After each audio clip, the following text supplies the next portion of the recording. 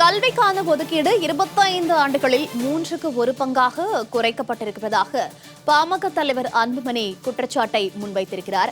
கல்விக்கான ஒதுக்கீடு 25 ஆண்டுகளில் 3க்கு 1 பங்காக குறைக்கப்பட்டிருப்பது அரசு பள்ளிகளை அழிப்பதற்கான திட்டமிட்ட சதியா என அன்புமணி தற்போது கேள்வி எழுப்பியிருக்கிறார். அண்மை செய்தியாக பார்த்து வருகிறோம்.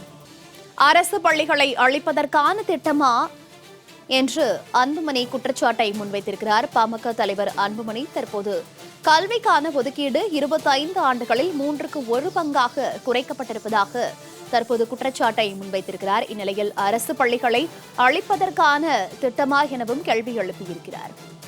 விவரங்களோடு செய்தியாளர் ஜெயலானி இணைப்பில் இருக்கிறார். ஜெயலானி, வணக்கம். அரசு பள்ளிகளை அழிப்பதற்கான நோக்கமா என அன்புமணி தனது குற்றச்சாட்டை முன்வைத்திருக்கிறார். கடந்த ஆண்டுகளில் பார்த்தோம் அப்படின்னா கல்விக்கான நிதி குறைக்கப்படுவதால் தான் அரசு பள்ளிகள் மிக வேகமாக சீரழிந்து வருவதாகவும் அவர் குற்றச்சாட்டை முன்வைத்திருக்கிறார். விவரங்கள். வணக்கம் மோனிகா.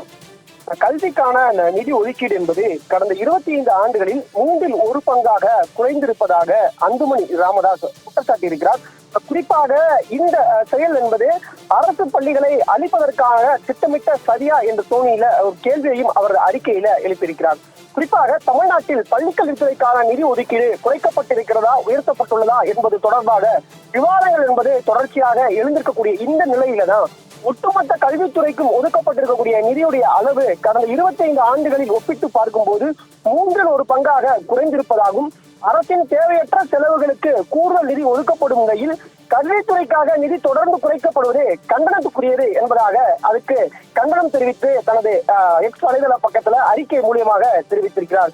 குறிப்பாக தொடர்ச்சியாக கடந்த 25 ஆண்டுகள்ல ஒவ்வொரு வருடமும் கல்விக்கான நிதி என்பது குறைந்தே வருகிறது என்பதாக சுட்டிக்காட்டியிருக்கக்கூடிய அன்புமணி ராமதாஸ் அவர்கள் தனது அறிக்கையில குறிப்பாக கடந்த 25 ஆண்டுகள்ல எந்தெந்த வருடம் எவ்வளவு நிதி ஒதுக்கீடு செய்யப்பட்டிருக்கிறது என்பது தொடர்பாக தீவிரமான ஒரு விரிவான அறிக்கையை சுட்டிக்காட்டுகிறார். குறிப்பாக கடந்த 2000 ஆண்டு முதல் 3.92 இருந்த கல்வி ஒதுக்கீடு இப்போது 1.30% குறைந்திருக்கிறது. அதாவது 3ல் 1 பங்காக குறைந்திருப்பதாகவும் 25 ஆண்டுகளுக்கு முன்பு இருந்த 3.92 என்ற அளவு நடப்பாண்டில் நிதி ஒதுக்கப்பட்டிருந்தால் கல்வித்துறைக்கு மட்டும் ஒட்டுமொத்தமாக 1,59,439 கோடி நிதி கிடைத்திருக்கும்.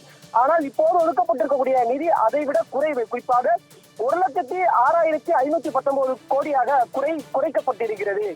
பரிந்துரை வழங்கிய கேந்திரிய ஆசிரியர் இருந்து குடியரசுத் தலைவராக உயர்ந்த சர்வப்பள்ளி ராதாகிருஷ்ணனோ இப்போது இருந்திருந்தால் இந்த நிலையை கண்டு வெட்கி தலை குனிந்திருப்பார்கள் என்பதாக தனது அறிக்கையில சுட்டிக்காட்டியிருக்கிறார்.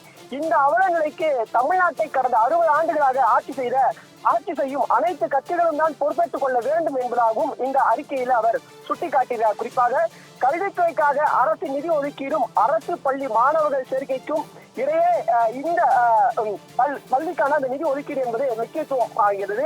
குறிப்பாக அரசு பள்ளி மாணவர்களை சேர்க்கும் இடையே நேரடி தொடர்பு இருப்பதை இந்த புள்ளி விவரங்கள் மூலமாக அறிய முடியும். கல்விக்கு அதிக நிதி ஒதுக்கீடு செய்யப்படாமல் அதிக எண்ணிக்கைகளில் ஆசிரியர்கள் நியமிக்கப்படுவார்கள். பள்ளி கட்டமைப்பு வசதிகள் மேம்படுத்தப்படும். அதனால் கல்வி தரம் உயரும். அதன் காரணமாக மாணவர் சேர்க்கை அதிகரிக்கும். ஆனால் கல்விக்கான நிதி குறைக்கப்படுவதால் காரணமாக அரசு பள்ளி மிக வேகமாக சீரழிந்து வருவதாக அவர் குற்றம் சாட்டியிருக்கிறார். இதே காலகட்டத்தில் பார்த்தால் தனியார் பள்ளிகளில் மாணவர் சேர்க்கை என்பது அதிகரித்து வருகிறது. கடந்த 11 ஆண்டுகளுக்கு முன்பாக 36.56 லட்சம் இருந்த தனியார் பள்ளி மாணவருடைய எண்ணிக்கை என்பது இப்போது அது இரட்டிப்பாகி 62.3 லட்சம் அதிக மாணவர்கள் தற்போது தனியார் பள்ளியில பயின்று வருவதாக அவர் சுட்டிக்காட்டியிருக்கிறார். தனியார் பள்ளிகளின் வளர்ச்சிக்காகவே அரசு பள்ளிகள் வீழ்ச்சி உருவாக்கப்படுகிறதோ, அதற்காகத்தான் கல்விக்கான நிதி ஒதுக்கீடு தொடர்ந்து குறைக்கப்படுகிறதோ என்ற ஐயம் எழுகிறது. எனவே அரசு பள்ளிகள் தான் அனைவருக்கும் கல்வி வழங்குவதற்கான கருவிகள். அவற்றை விலவிடாமல் வளர்த்தெடுக்க வேண்டும். அரசு பள்ளிகளில் குறைந்தது வகுப்புக்கு ஒரு ஆசிரியர் நியமிக்க வேண்டும். இதற்காக கல்வித்துறைக்கு ஒதுக்கப்படும் நிதியிலிருந்து அளவை மாநிலத்தின் ஒட்டுமொத்த உற்பத்தி மதிப்பிலிருந்து குறைந்தது 3% என்ற அளவுக்காவது அதிகரிக்க அரசு நடவடிக்கை எடுக்க வேண்டும் என்று வலியுறுத்தியிருக்கிறார். தகவல்களுக்கு நன்றி ஜெயலானி.